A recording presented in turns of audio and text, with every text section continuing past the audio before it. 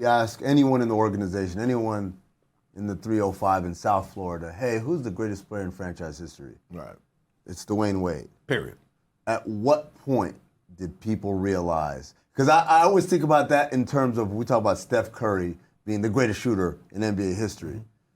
He was a great shooter always. And then at some point we're like, yeah, he's got it and there's no other name on this list. Right. At what point did people have that feeling? Was it pre-LeBron or was it after LeBron left when then people realized he's not going to end his career here? No. It's interesting because you do have to make the distinction. The greatest player to put on a Heat uniform versus the greatest player in Heat history could be two different answers. They are two. Right? Because LeBron James put on that uniform. Right. It's the greatest player of the generation. So you can't say he wasn't. Well, and you could also argue that, he might not even be number two. Say Shaquille O'Neal.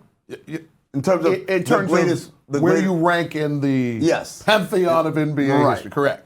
But for what he was, for the time he played there, it's just not a debatable thing when you take tapestry of time, impact on organization, history book, the reach beyond the confines of then American Airlines Arena, now Kaseya Center.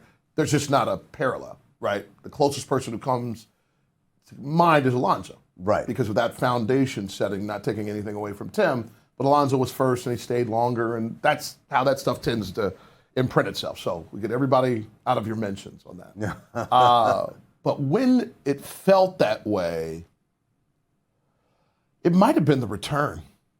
It might have taken that long to articulate it. Right. You can look at the history book and realize Dwayne was the best in everything that mattered. Right.